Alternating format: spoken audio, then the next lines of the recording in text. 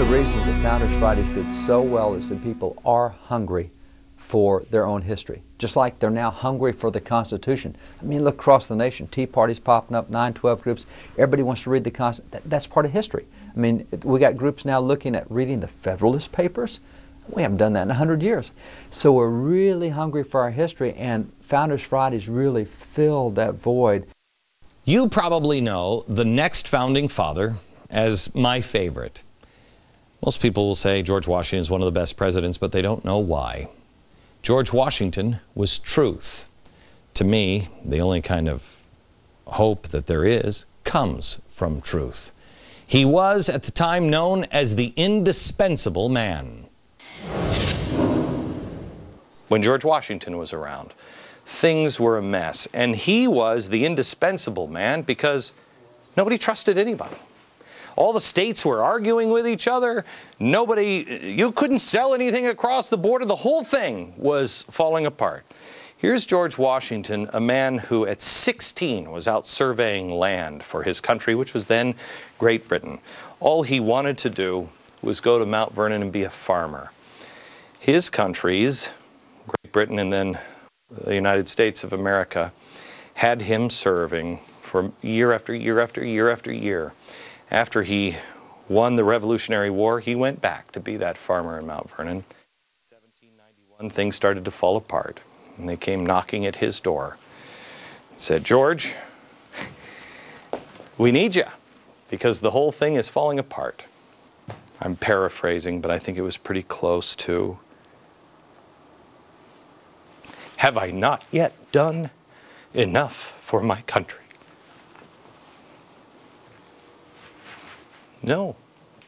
I think what I like about George Washington is most of the choices he made, he didn't want to make. Most of the things he did, he didn't want to do. He was revered for it. He was revered.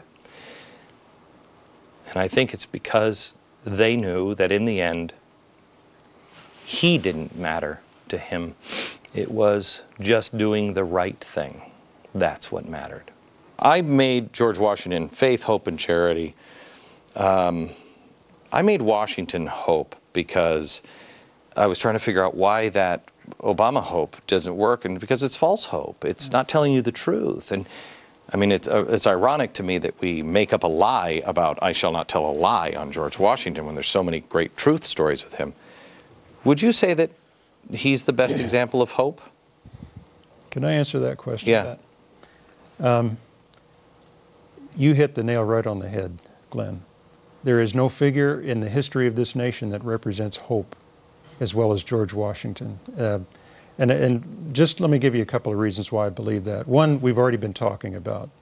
And it is so astonishing to me that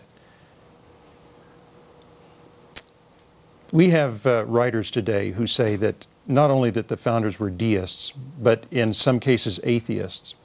Now, George Washington was the most vocal, but virtually all of them said that the reason that this country was created was because of the intervention of God. And nobody said it more often or more effectively than George Washington.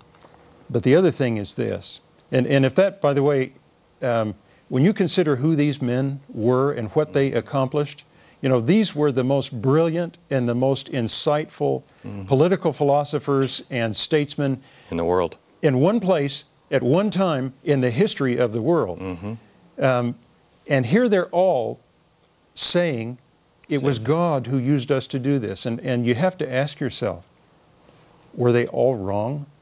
Was he ever afraid? Washington, there is no evidence in the record that he feared death.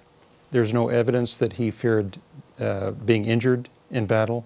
What he was afraid of was that he was not up to the task, that he didn't have what America needed to provide the leadership that they were calling on him to provide. He didn't at first, did he? When we first, I mean, the most surprising thing that I learned about George Washington, we think of him as a great general. He stunk on ice at the beginning for like a year or so.